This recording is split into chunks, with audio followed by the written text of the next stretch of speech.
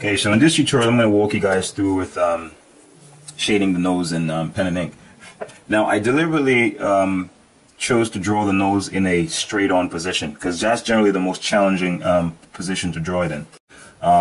Because the nose has a tricky shape. It's much easier to draw it in a three-quarter type view, like so, because then you see the side planes distinguished a lot more clearly, and we have this strong edge that we can use to define its contour. See, the side edges are not that visible here, so it's really not that easy to portray it from straight on as a mass projecting from the face like this. See, in this view, it's pretty easy to show it projecting from the side, from the front plane of the face, like so. All right, so like this. So in the front view, it's more like this. So it's not as easy, and I see a lot of times people struggle with trying to portray it in this sense because it ends up looking not that effective in popping forward. Also, they use too many of the same values all over. And I'm going to share with you an interesting little trick about drawing the nose in this position. When you're drawing the nose in the front position, you have to do more suggestion than literally drawing. So for example, the underside or underplane of the nose here, that's where the strongest values will be. And in this area and here at the bridge of the nose, right? So this little side shadow pocket right here, and this little downward facing plane here and here, that's where you do most of your the strongest values would be found here.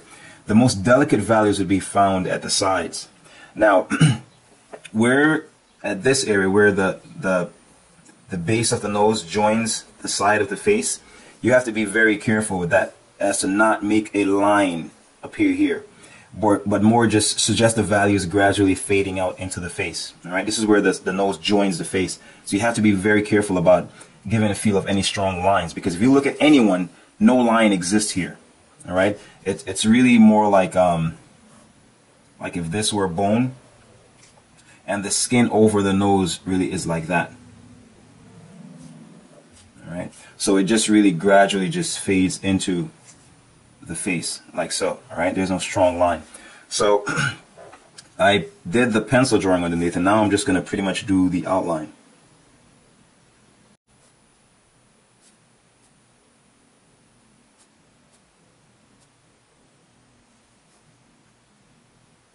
That's pretty much it. That's all the lines I'm going to do. From now, it's just a matter of using strokes to indicate the side planes, the underplane, and so on. See, and I think that's a careful thing about drawing the nose. You have to be careful not to overdraw. Okay. Another thing that's useful to keep in mind is the cast shadow of the nose. Now, the cast shadow is very important because it's not just there. Okay, it actually is useful for indicating the volume of the nose as well, because it creates a sense of space, right? Any form that creates a shadow, the cast shadow, can be useful. And I generally modify it in order to somewhat enhance the shape of the nose. If you notice, I use it to mimic the lower contour. Generally, the cast shadow can have a really weird shape, and I usually just fit it. You can do that yourself. You can, manipulate the shape of the cast shadow so it's not too large or too weird, because sometimes it can be distracting, So I generally have it mimic or embellish the shape or contour of the nose, which I did here.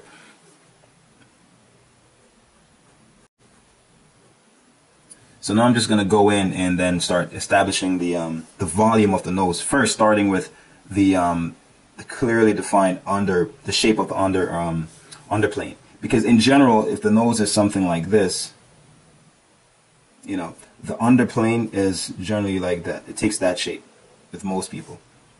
And this is very important, that underplane, in creating a sense of depth, or like the nose is projecting forward. All right, so let's go in.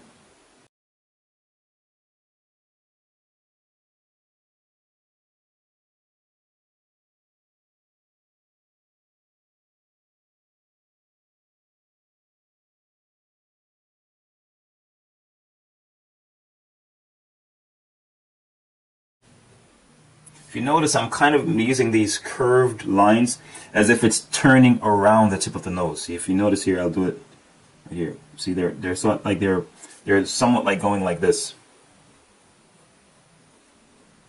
See, that's much more effective than just doing this. See that?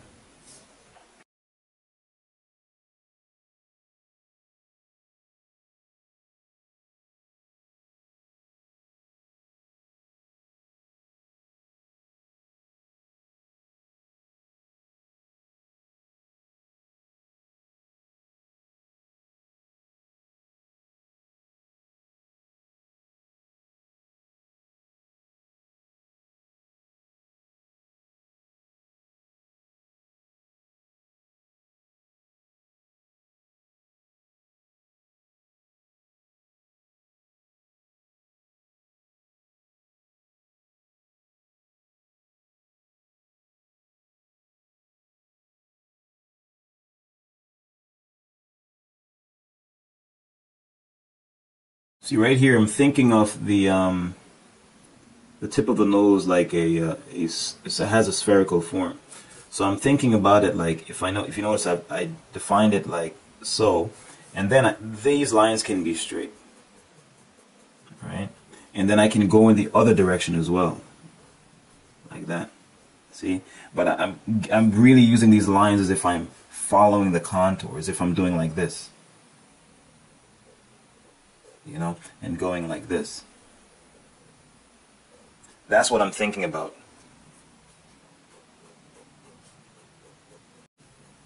And I just keep sweeping this way, sweeping this way, sweeping this, and the value just gradually just keeps building up. But that's essentially what I'm doing. Something you'll notice here is that I deliberetely left the pencil drawing underneath.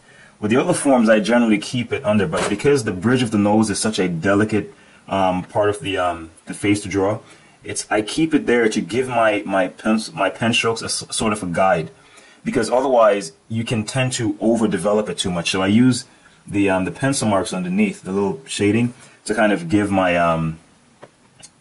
some form of a value structure underneath that I can work with. Then afterwards I can go in and erase everything.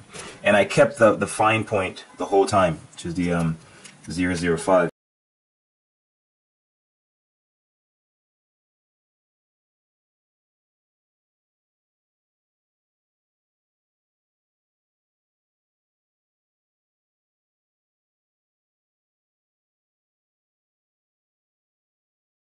And another important thing to keep in mind is that the nose is somewhere that you can easily overwork or do too much, and it's important that you're aware, you stay aware of that, because you can think it doesn't pop forward enough, and believe me, it does.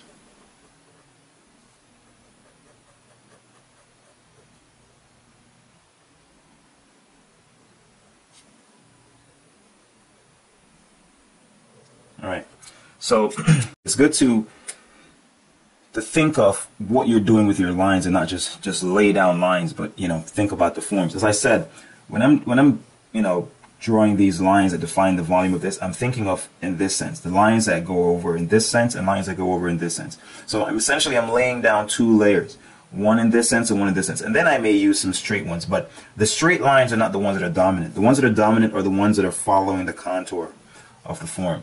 But I lay these straight ones to give some variety in there, and sometimes to give them a sense of direction, right? But these lines are the ones that really dominate, the ones that are going like so and the ones that are going like this. So, it's really like imagining it going straight, and then it goes over like that, then it goes up and over like that. And that's what I'm feeling as I'm drawing, okay? So there are lines going this way, and there are lines going this way. All right, and also here it goes like that, and then it goes up, and then it's almost like there's a little ridge here where it goes up a little bit more, and then it goes over. It goes down, and then it goes over, and then it goes out. All right, And that's the feeling, you know, I'm going for when I'm drawing these lines. In the same sense, when it comes down, I'm feeling like it goes across like this, and it goes down and down. In the same way in this direction. And those are the lines that I'm thinking about as I do it. So, as I said, you know, it's just a matter of, you have to feel the volume first before you go in, all right? And then your job is just to establish what you're feeling or what you're seeing underneath.